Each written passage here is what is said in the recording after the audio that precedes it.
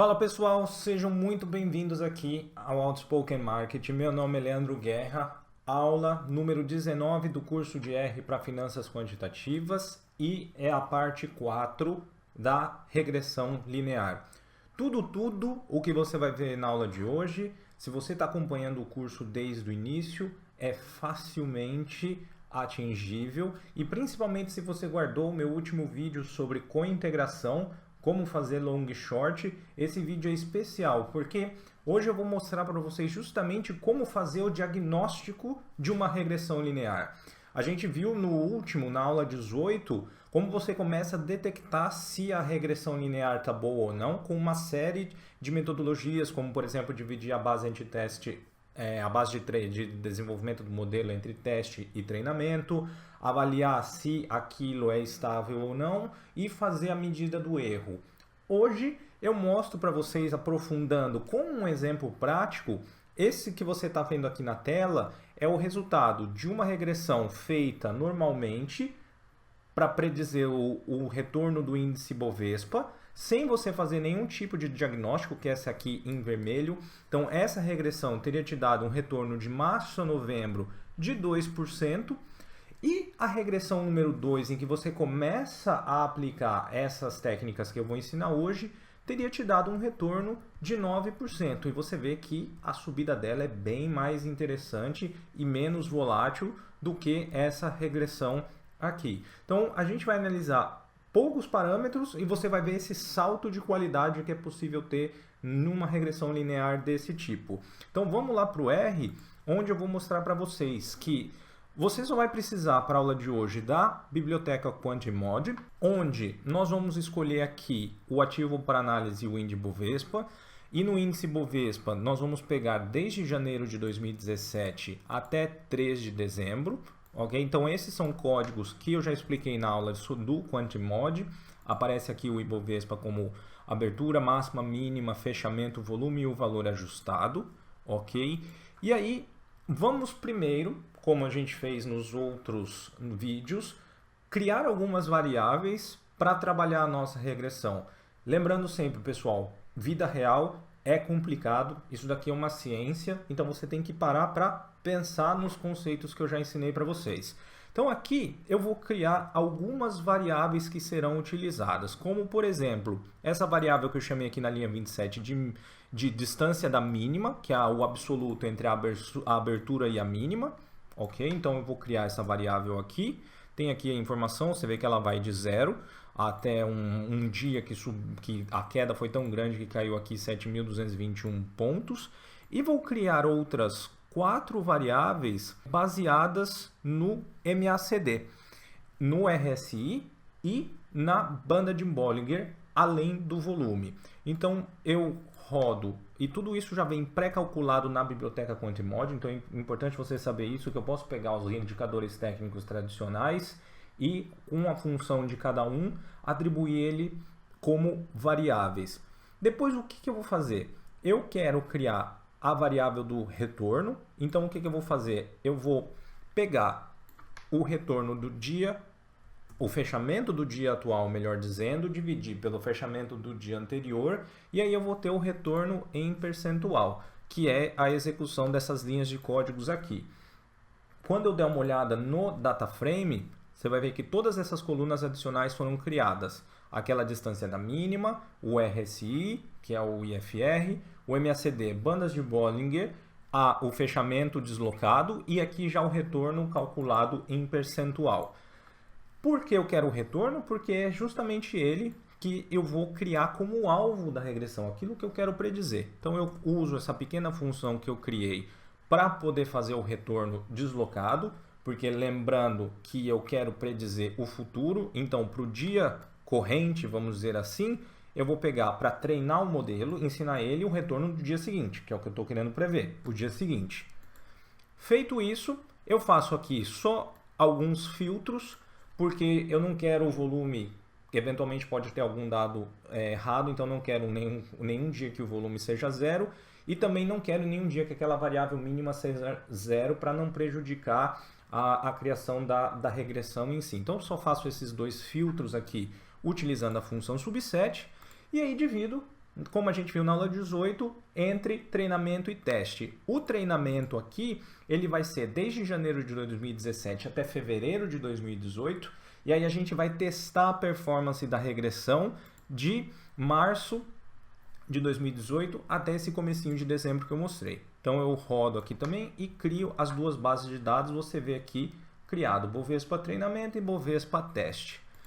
Vamos rodar a primeira regressão, então eu vou fazer uma regressão do alvo, esse código você já conhece, em função das minhas variáveis. Então a função da variável de mínima que eu criei, do MACD, da banda de Bollinger, perdão, do IFR e do volume. Ah, Leandro, por que só essas variáveis? Cara, você pode pegar qualquer outra. Estou criando essas aqui como exemplos e convido vocês a pensarem em mais variáveis, porque esse é o segredo da coisa. Qual dado que eu vou usar? O treinamento.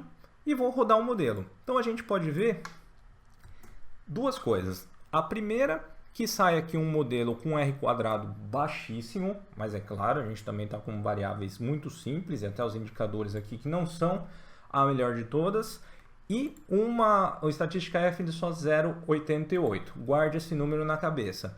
O que eu quero fazer? Eu quero simular exatamente o diagnóstico da minha regressão. Como eu faço isso? Se no R eu pegar e fizer um plot, que é exatamente a linha 62, da minha regressão, o que a gente vai ter? Então, quando eu giro esse código aqui novamente, repara aqui, eu tenho o meu gráfico já plotado os 4 de uma vez. Aí nós vamos falar, Leandro, para que serve todos esses gráficos? Vamos voltar lá para a tabelinha que eu vou mostrar para vocês. Essas são as que a gente chama medidas de diagnóstico. A gente tem 4 gráficos. O gráfico dos resíduos, que é a diferença entre o valor real e o valor predito, e os valores ajustados, no caso. A curva normal, que é esse segundo gráfico aqui. Um gráfico que a gente chama Scale Location e um outro que a gente chama Residuals Leverage. Calma que eu vou mostrar tudo para vocês. Esse primeiro gráfico aqui, Residuals Fitted, o que ele vai mostrar e para que ele serve? Ele vai mostrar se a sua regressão, então, linear, tem padrões não lineares. Ah, por quê? Porque se a sua regressão linear tiver padrões não lineares, então significa que o modelo que você está aplicando não tem que ser linear, tem que ser um outro tipo de modelo. Como que eu sei que esse padrão que a gente tem aqui é um padrão linear? Você pode ver essa linha vermelha aqui, ela é uma linha horizontal e os dados parecem ser aleatoriamente distribuídos. Então significa que aqui a regressão está ok, atende o requisito de linearidade que a gente estava esperando.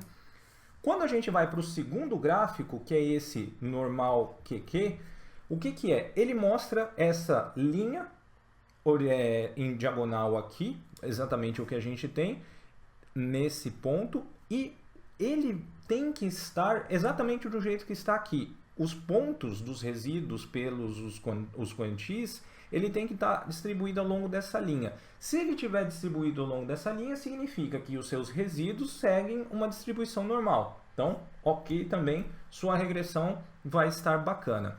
Qual que é o outro gráfico que a gente tem? A gente tem esse gráfico aqui que é o Scale Location. E o que o Scale Location vai trazer para você? Ele vai mostrar que você possui os resíduos, como que eu posso dizer de um modo interessante? Eles estão igualmente distribuídos ao longo dos valores ajustados, tá? E aqui você vai fazer a análise daquela premissa de que a variância que a gente tem dos resíduos, eles possuem igual variância. O que você está falando, Leandro? Não entendi nada. Aqui o que importa é que você tenha novamente uma linha horizontal e aqui o que a gente vai fazer aquele chamado teste de, é um palavrão, tá? É homocedasticidade. Significa que você tem variâncias igualitárias ao longo daquele intervalo. Por quê? Porque se isso aqui apresentar um padrão que não seja assim aleatório, apresentar uma outra tendência, um outro tipo de curva, significa que você tem o que a gente chama de heterocedasticidade, e isso é prejudicial para a sua regressão. Significa que você tem variáveis que estão fazendo que a sua regressão tenha uma interpretação equivocada sobre a sua variável dependente, sobre o seu alvo. Então, a heteroscedasticidade faz com que o seu resultado seja como se fosse um falso positivo. Parece que a regressão está boa, mas na verdade ela está ruim. Nesse nosso caso aqui, parece que ele é aleatório, ele está horizontal, então a regressão está legal. Mas tem o último gráfico aqui, que é o Residuals versus Leverage. O que ele vai mostrar? Ele serve para você ver se a sua regressão tem algum outlier, né, que é aquela medida muito além daquilo que você estava esperando, que às vezes acontece, e isso pode estar influenciando o seu modelo. Então, se a gente for ver, o que a gente espera? A gente espera que os dados estejam concentrados exatamente nessa região aqui e que não tenha nenhum padrão. Se você for ver, eu tenho alguns pontos que são esses aqui, que estão saindo, ou seja, são outliers que estão influenciando o resultado da regressão. E aí o outlier vai influenciar de um modo negativo, de um modo ruim, o resultado da regressão. Então, nesse caso aqui, eu não acho que a regressão está boa, vou procurar minimizar esse problema aqui. Então, quando você faz o diagnóstico, eu justamente consigo saber, aceito aquela regressão ou não? Não, eu não aceito. E aí, se você for naquele gráfico do começo do vídeo, esse é o resultado da regressão que trouxe para a gente 2% de retorno. Então, quando eu for melhorar essa regressão, que eu vou mostrar para vocês agora aqui no R, eu vou chegar nesse resultado melhorado até 9%, que eu falei para vocês, porque eu vou trabalhar para melhorar esse diagnóstico do lado de cá. Bora para o R, e aí como que a gente vai fazer isso lá? Deixei aqui pronto o código para vocês de uma regressão número 2. O que eu vou fazer nessa regressão número 2? Lembra o básico que a gente viu nas outras aulas sobre regressão? Então eu tenho aqui variáveis que elas não são nada significativas. A mínima e o MACD, por exemplo, são as que têm o maior p-valor. O p-valor eu tenho que buscar aqueles inferior a 0,05. No caso, eu tenho 0,8, 0,66. Eles são horríveis. Então o que eu vou fazer? Eu vou escolher remover essas duas variáveis aqui, tá? E vou deixar as demais. Porém, eu fiz esse teste previamente e se eu só retirasse elas, eu ainda teria esse problema desse outlier. Porque, na verdade, a variável que estava causando o meu outlier era o volume e era a mínima. Então, você faz o teste de várias regressões para justamente ver isso. Eu já tirei essas duas para agilizar aqui a ideia do vídeo para vocês e rodei a regressão com as variáveis melhores, MACD, bandas de Bollinger e o IFR. Quando eu ajusto essa regressão, ela melhora um pouco em relação à estatística F. Ainda, tá, pessoal? Eu tenho aqui variáveis que não se adequam ao p-valor, porém, quando eu for fazer aqui o gráfico do diagnóstico, que eu vou mostrar para vocês agora, repara que todos os pré-requisitos que a gente gostaria de ter no diagnóstico serão atendidos. Então, eu tenho aqui nos resíduos uma aleatoriedade, não existe nenhuma tendência, ela é normalmente distribuída. Aqui no Skill Location eu mantenho de certa forma também aquela aleatoriedade dos resíduos. E olha como o gráfico aqui do Residuals versus Leverage é melhor que aquele da primeira regressão, que era muito alongado e uma concentração muito grande dos pontos aqui. Então significa que eu reduzi um pouco aquela influência dos outliers. Então é justamente isso que eu preciso. E a propósito, olha que bacana você tem aqui no R.